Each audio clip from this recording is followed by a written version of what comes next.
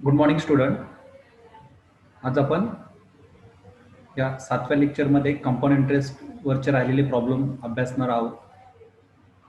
Last लेक्चरला आपण compound इंटरेस्टच्या या पार्टमध्ये ए फाइंड आउट केला, कंपाऊंड इंटरेस्ट फाइंड आउट केला सिंपल मेथडने. ओके, आता यामध्ये ए दिलेला असताना पी आपण फाइंड आउट करणार आहोत. ओके, तर आपण सुरुवात करूयात आजच्या लेक्चरला. घ्याल तिथे प्रॉब्लेम घ्याल. What some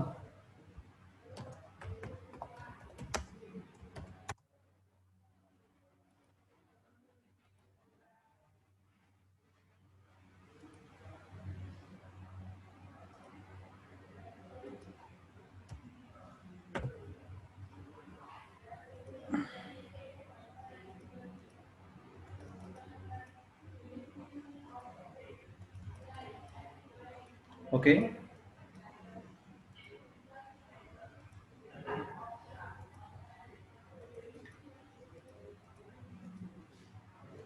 what sum will amount to rupees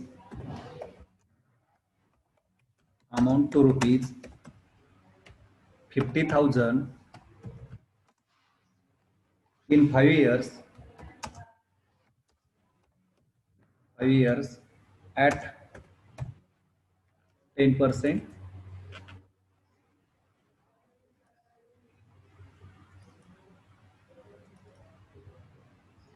at 10% per annum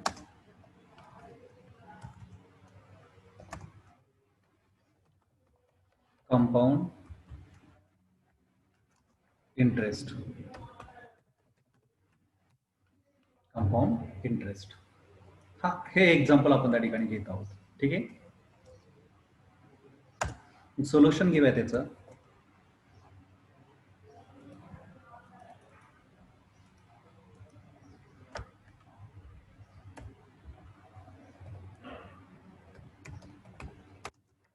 बघा, सोल्युशन घेत असताना तुम्हाला काय दिला त्यांनी? ए दिला. काय दिला? ए.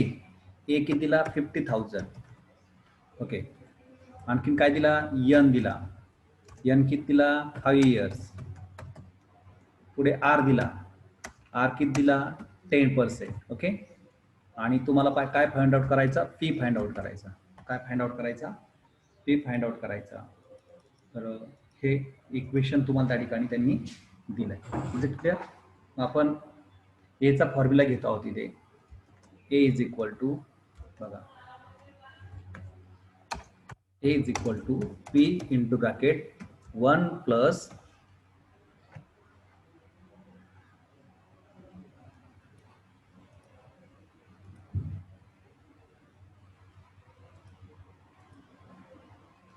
R upon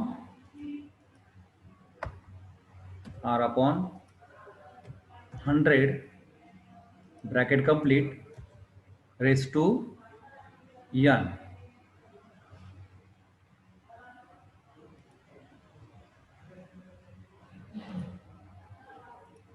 race to n हा फॉर्म्युला आपण त्या ठिकाणी घेतो ए साठी.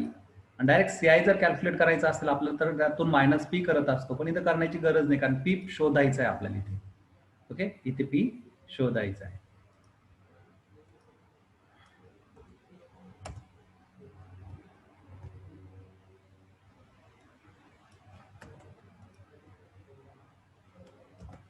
बघा, मग ए दिलाय आपल्याला. ए किती आहे? 50,000 आहे. ए 50,000 आहे. पी शोधायचा आहे. पी आहे तसाच राहील. 1 प्लस आर. आर आपल्याला दिलेला आहे. किती येतो? 10% आहे. आपण 100 तसाच राहील. आणि आर, आर किती आपला? 5 आहे. आर किती? 5 आहे. ओके, सो हे आपल्याला सॉल्व्ह करायचं. मग 50,000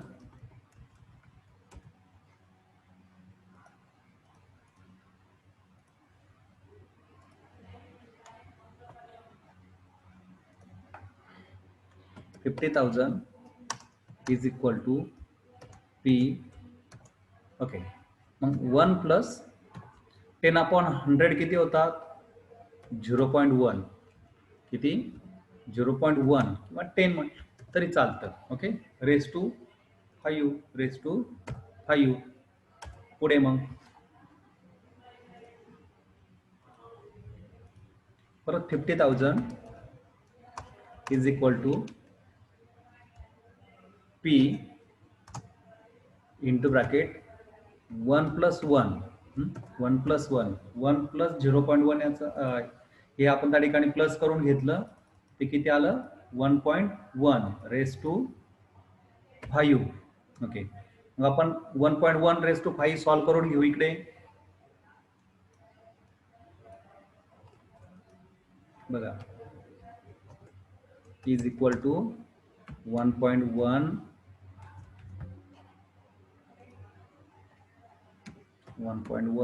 मल्टिपल बाय 1.1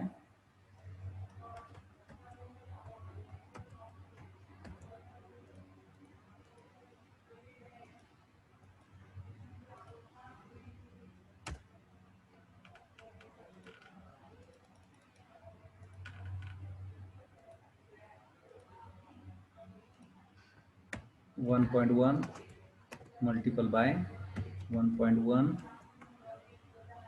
मल्टिपल बाय 1.1 किती टाइम असं 5 टाइम्स करायचं आपल्याला 1.1 कारण n 5 आहे आपला म्हणून 5 टाइम्स. ओके, किती येतं सोल्युशन याचं बघा बरं.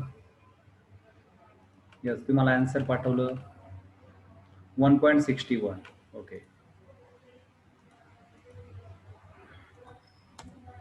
मग 50,000 is equal to P 1.1 raise to 5 bracket म्हणतो तर मल्टिप्लिकेशन असा अर्थ होतो. आणि किती आलंय आन्सर तुमचं. आन्सर आलंय तुमचं 1.61051. ओके, हे तुमचं आन्सर आलंय.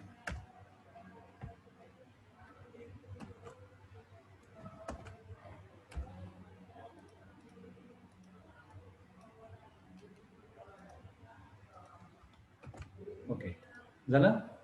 आणि मग आता इथे हे 1.61 इथे मल्टिपल आहे ते आपण ह्या बाजूला आणल्यानंतर काय होतील डिवाइड होतील. म्हणून मग 50,000 डिवाइडेड बाय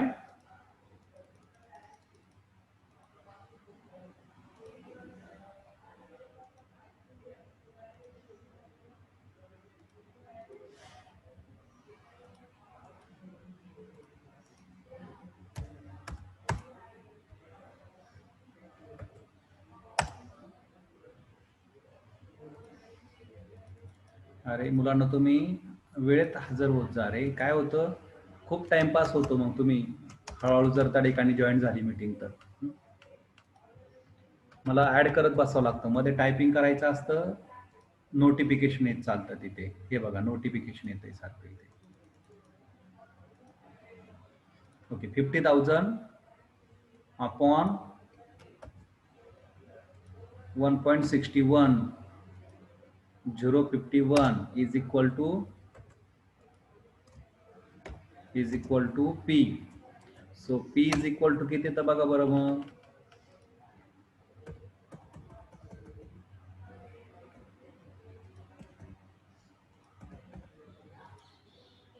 बघा किती येतं आन्सर सांगाल मला.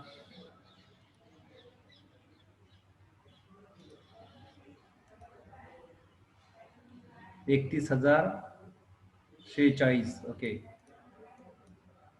31,046.6. This is our P. So P is equal to rupees 31,046. आणि यावरून आपल्याला CI पण कॅल्क्युलेट करता येतो. या A मधून P मायनस जर केला तर CI पण इथे कॅल्क्युलेट होऊन जाईल. बरोबर ना. इथे समजा आपल्याला काय कॅल्क्युलेट करायचं CI compound interest is equal to A minus P. मग आता इथे आपल्याकडे आहे A पण आहे आपल्याकडे मायनस A आपल्याकडे किती आहे 50,000 आहे. आणि आता आपण हा P कॅल्क्युलेट केला. ओके, म्हणजेच त्या ठिकाणी सीआय कॅल्क्युलेट होतो आपला कंपाऊंड इंटरेस्ट. किती कॅल्क्युलेट होतो तो? Yes 31 sorry 8. सीआय एवढा कसा कॅल्क्युलेट होईल? मायनस येतो, मल्टिपल नका करू. बर पॉइंट आलाय तुमच्याकडून.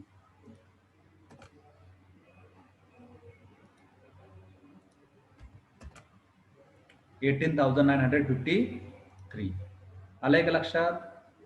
ओके, पुढचं एक्झाम्पल घेऊयात मग आपण.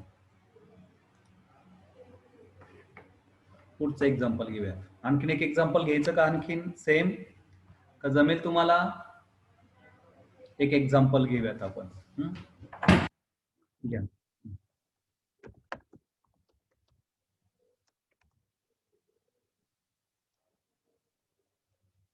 एक्झाम्पल. ओके,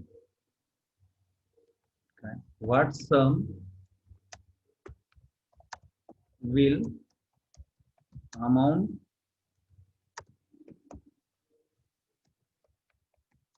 to rupees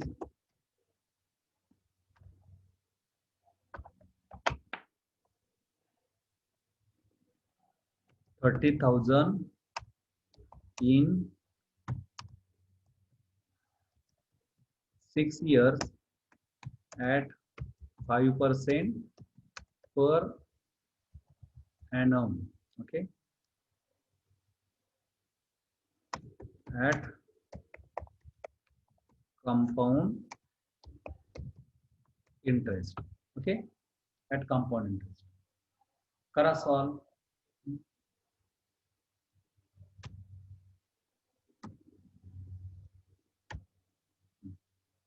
इथे काय काय दिलंय परत तुम्हाला बघा बरं. काय काय दिलंय इथे तुम्हाला? नंबर 1 दिला ए. किती दिलाय तुम्हाला? 30,000. देन एन दिला. एन किती दिला? 6 years. नंतर आर दिला. आर किती दिला? R is equal to 6%. Okay, आणि तुम्हाला फाइंड काय करायचा? पी फाइंड आउट करायचा. P is equal to question mark. Okay, so पुन्हा एकदा आपण फॉर्म्युला तोच घेतो आहोत.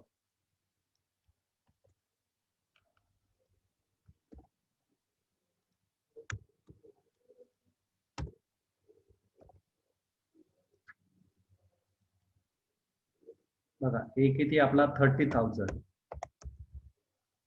पीक कॅल्क्युलेट करायचा. आर दिलाय आपल्याला, आर 5% आहे.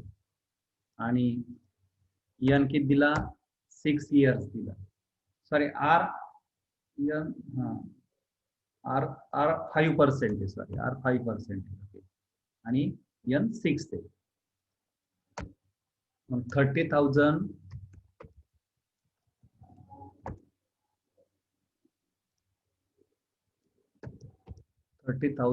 is equal to P into bracket 1.05. 5 upon 100. 5 upon 100 काय होतं? 0.5. मी डायरेक्ट घेतला 1.5. 1 प्लस करून घेतला. तर ठीक आहे, तुम्हाला प्लस वेगळं करायचं असेल तर या पद्धतीने. ओके, 1 प्लस 5 upon 100 किती आला? 0.05 रेस टू 6. ओके,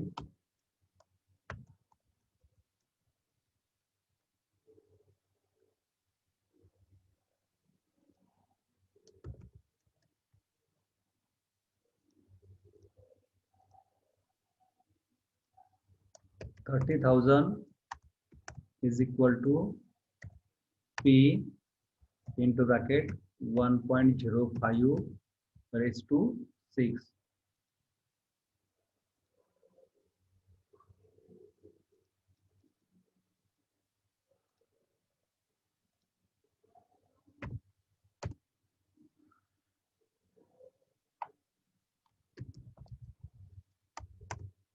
बघा, P मग इथे आपल्याला हे सॉल्व करून घ्यायचं. 1.05 raised to 6.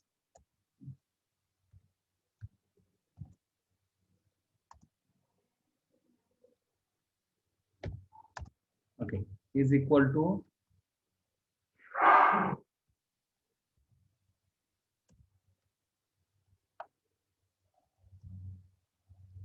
1.05 मल्टिपल बाय किती टाइम 6 टाइम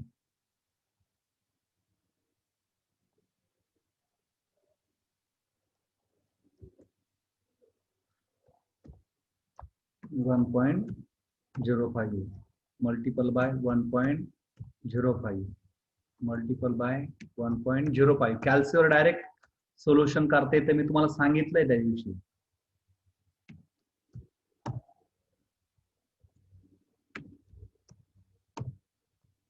झालं 6 टाइम किती येते आन्सर मला सांगाल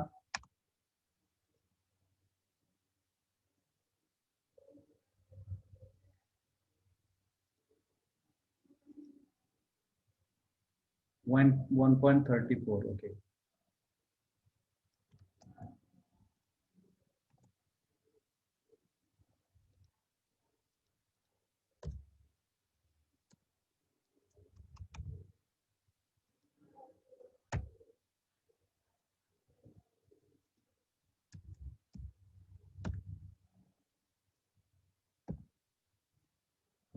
P is equal to P multiple by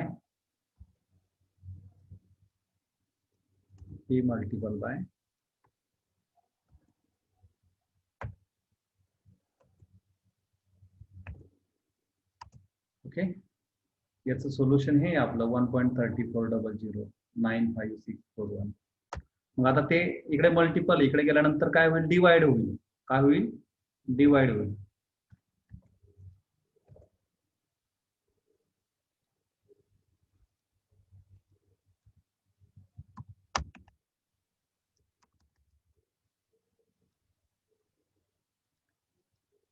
$30,000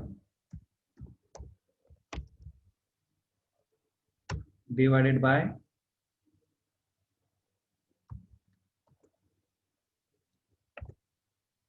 okay multiple by sorry is equal to P so P is equal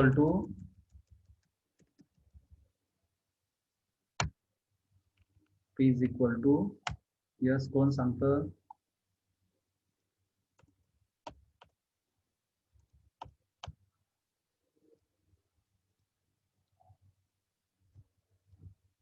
किती आला answer final 22,346.46 okay is equal to P so P is equal to rupees 22,346 okay आणि जर इथे आपल्याला CI calculate करायचं सांगितलेलं विचारलेलं नाहीये तुमच्या क्वेश्चन मध्ये नाही विचारलेलं पण कॅल्क्युलेट करायचं असेल तर ए मायनस पी हे तुमचं 30,000 आहे 30,000 मायनस 22,000 म्हणजे P 22,346 so CI is equal to yes answer सांगाल मला 7,613.54 ओके हा आला तुमचा सीआय आला सीआय पण तो विचारलेला नाही आता बघा आपण पुढच्या प्रकारचे एक्झाम्पल घेतो व्यवस्थित लक्षात घ्या अतिशय सोपं आहे फक्त इथं कन्फ्युजन करतात आता इथे बघा तुम्हाला 5% काय विचारलं रे पर ॲनम काय विचारलं पर ॲनम विचारलं आणि कंपाऊंडेड अॅन्युअलीच आहे इथे म्हणजे 1 वर्षानंतर कंपाऊंड इंटरेस्ट कॅल्क्युलेट होतो तिथे बरोबर ना पण आता काही बँका हाफ इयरली कॅल्क्युलेट करतात काही बँका तिथे क्वार्टरली कॅल्क्युलेट करतात काही बँका काय करतात मंथली कॅल्क्युलेट करतात कसं कॅल्क्युलेट करतात मंथली कॅल्क्युलेट करतात आता तुम्हाला जो क्वेश्चन विचारलेला असतो मित्रांनो तो क्वेश्चन तुमचा अॅन्युअली स्वरूपात दिलेला असतो जो डेटा असतो तो अॅन्युअली असतो पण तो तुम्हाला कॅल्क्युलेट करायला सांगतात हाफ इयरली किंवा क्वार्टरली कॅल्क्युलेट करायला लावतात किंवा मंथली कॅल्क्युलेट करायला लावतात तर तो प्रॉब्लेम आपण या ठिकाणी सोडवतो लक्षात घ्याला. दिलेला डेटा काय असतो, अॅन्युअली असतो. मग जर हाफ इयरली कॅल्क्युलेट करायला सांगितलं असेल तर डेटा आपण कसा कन्वर्ट करणं गरजेचं आहे, हाफ इयरली कॅल्क्युलेट करून घेणं गरजेचं आहे. एवढं लक्षात ठेवायचं. समजा तो क्वार्टरली दिलाय तर अॅन्युअलीचं काय करायचं, क्वार्टरली कॅल्क्युलेट करायचं. आता हाफ इयरली असेल आणि डेटा तुम्हाला अॅन्युअली दिला, अॅन्युअली म्हणजे 12 महिने, बरोबर ना, पर ॲन, 1 वर्ष. आणि हाफ इयरली असेल तर एका वर्षाचे किती तयार होतील, 2 तयार होतील. सो तिथे तो जो काय डेटा आहे 2 भागात विभागला जाईल. आणि क्वार्टरली असेल तर तो 3-3 महिन्याच्या क्वार्टर्स तयार होतील, बरोबर ना. मग त्या ठिकाणी तिथे किती तयार होतील, 4 तयार होतील क्वार्टर्स. लक्षात आलं ना. सो ते लक्षात तुम्ही तिथे घ्याल. तो फरक आपण तिथे अभ्यासणार आहोत. ओके. मग पहिलं घेऊयात आपण compounded half yearly. Half yearly calculate करतो आहोत आपण अगोदर. ती केस बघतो आहोत. कोणती, हाफ इयरलीची केस आपण कॅल्क्युलेट करतो आहोत. ठीक आहे. मग घ्या एक्झाम्पल घेऊयात. Find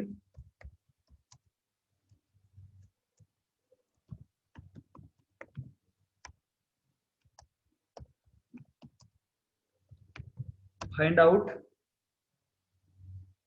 compound interest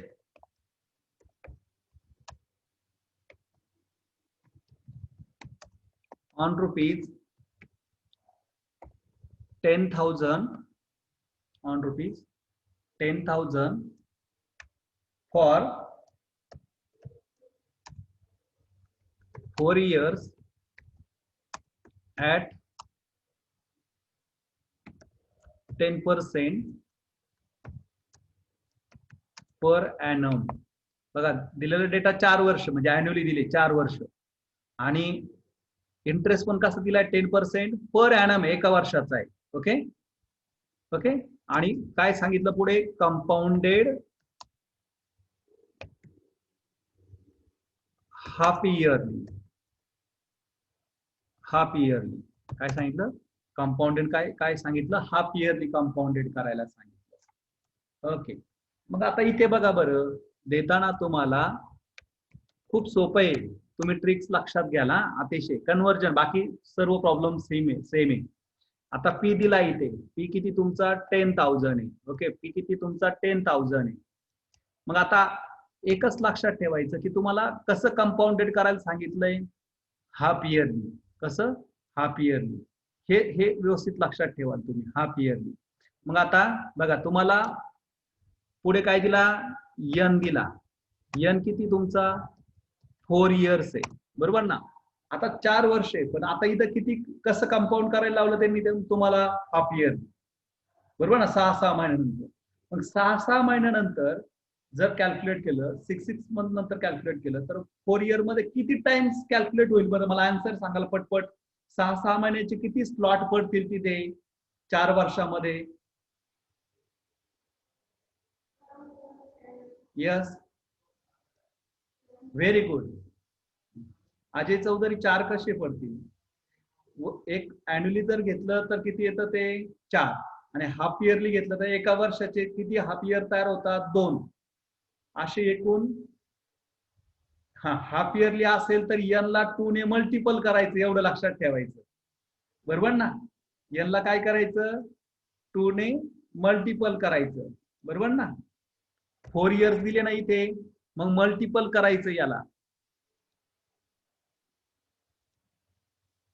multiple bye 2 म्हणायचं. ज्यावेळेस बघा हाफ इयरली असतो त्यावेळेस यन ला काय करायचं, मल्टिपल बाय 2 करायचं. Is it clear. म्हणजे किती झालं ते 8 इयर्स ने, टर्म झाल्या, त्या टर्म झाल्या, किती पिरियड झाले 8, बरोबर ना. 6 महिन्याने कॅल्क्युलेट केल्यामुळे 8 वेळेस कॅल्क्युलेट होईल, म्हणजे यन झाला तुमचा 8. आर बघा, आर किती दिलाय तुमचा आता 10%.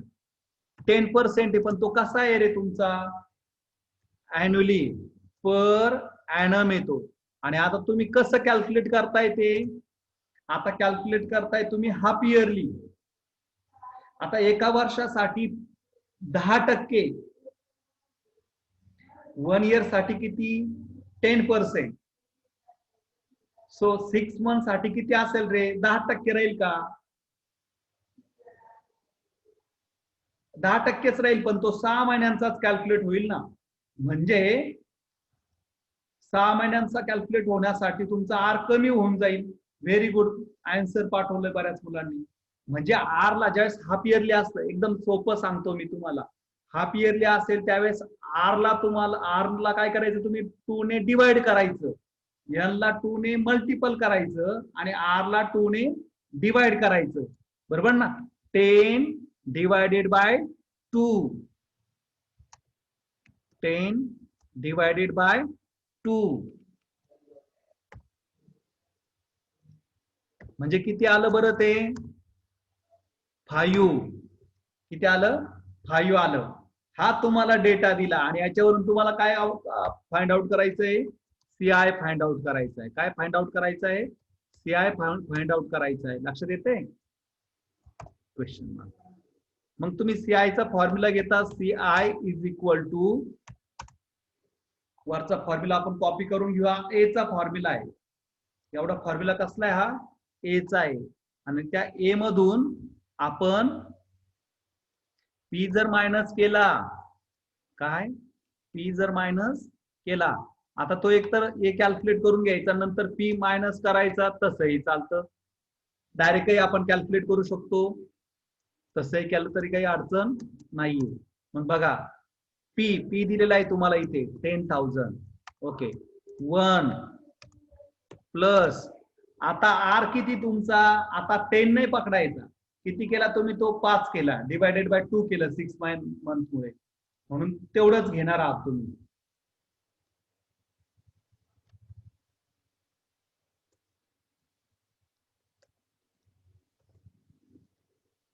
आर किती आहे? आता 5 घ्यायचा, 10 नाही येणार. आणि एन किती येईल तुमचा?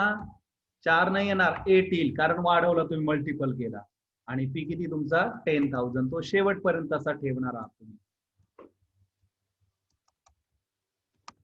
10,000 इंटू ब्रॅकेट 1 प्लस, बघा 5 आपण 100 किती येतं? 0.05. आता raise to 8 minus 10,000. Okay, very good. मग इथे 10,000 into bracket 1.05 raise to 8 minus 10,000. Minus 10,000 आपल्याला लास्ट शेवटपर्यंत, अप टू लास्ट त्या ठिकाणी ते राईट करून घ्यायचे. ओके, शेवटपर्यंत ते तसेच लिहायचे तिथे. झालं. आता मग 1.05 रेज टू 8 कॅल्क्युलेट करून घ्यावा लागेल. बघा बरं, घ्यावर कॅल्क्युलेट करून, मी लिहित नाही आता इथे. म्हणजे 1.05 मल्टिपल बाय 1.05 असं किती वेळेस? 8 टाइम तुम्हाला राईट करायचे ते. त्याचा आन्सर मला पाठवाल ऍक्युरेट. ओके, तुम्ही आन्सर पाठवलं मला. ते आन्सर आलं 1.47.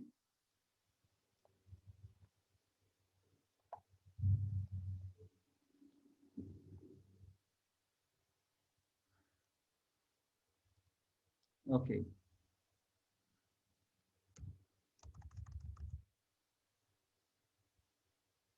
वैष्णवी नायकवाडे, क्वेश्चन आहे काय बेटा? तुम्ही हँड रेस केलाय? नाही ना? ओके,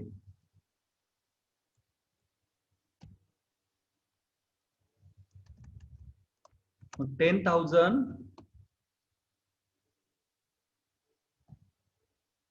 मल्टिपल बाय, याचा अर्थ मल्टिपल बाय, बरोबर ना?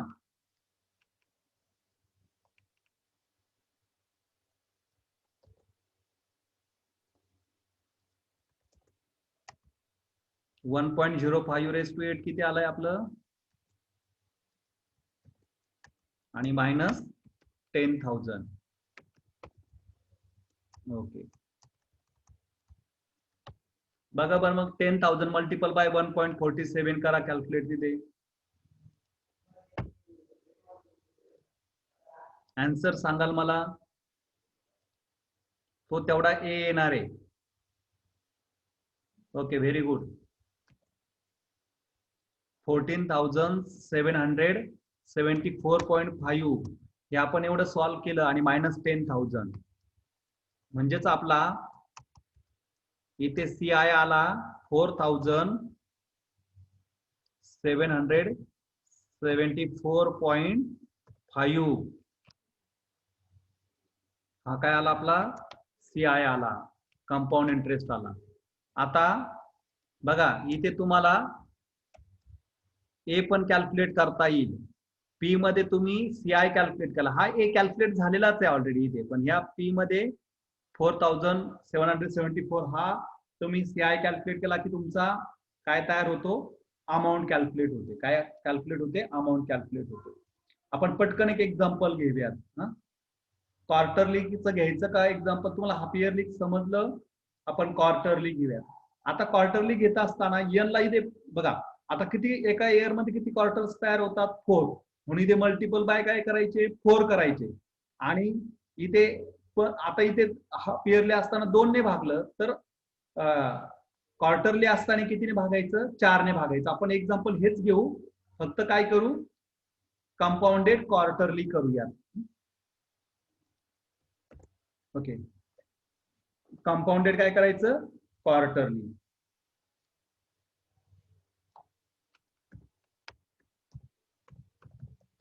कंपाऊंडेड क्वार्टरली करूया.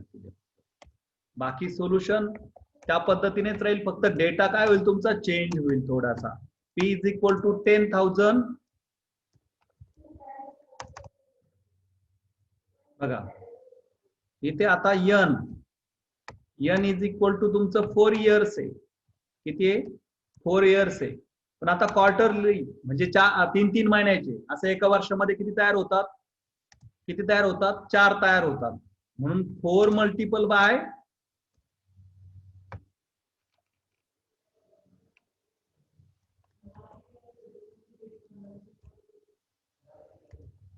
4 म्हणजे तिथे 16 तयार होतील. तिकडे किती तयार झाले होते? 8. तर इकडे 16 झाले, कारण एका इयर मध्ये 4 क्वार्टर्स तयार होतात. तर 4 वर्षांच्या किती? 16.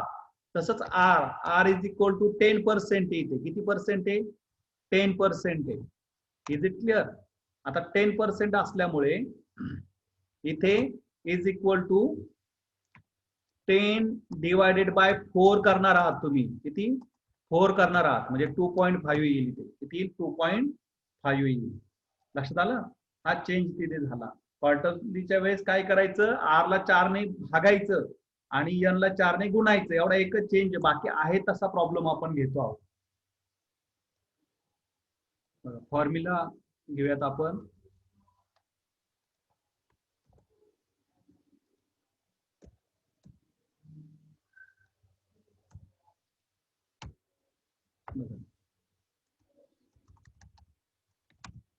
पी आला आपला 10,000. 1 प्लस आता नवीन जो डेटा आहे तो इथे आपण भरणार आहोत. आर किती आपला? आर आता 2.5 आला फक्त. ओके, आर किती आला? 2.5 आला. n किती आला? n वाढला आपला. n झाला 16 आणि पी आपला 10,000. बघा 10,000 इंटू ब्रॅकेट 1 प्लस किती येतं सांगा बरं? 0.025 येईल. बरोबर ना? 0.025 येईल. Raise to 16 minus 10,000. Sorry minus 10,000. Okay, मग आता इथे पटकन कोणीतरी पुढचे एक स्टेप घेऊयात आपण. Is equal to 10,000 into bracket 1.025. Okay, raise to 16 येते. 19 झाला माझ्याकडनं.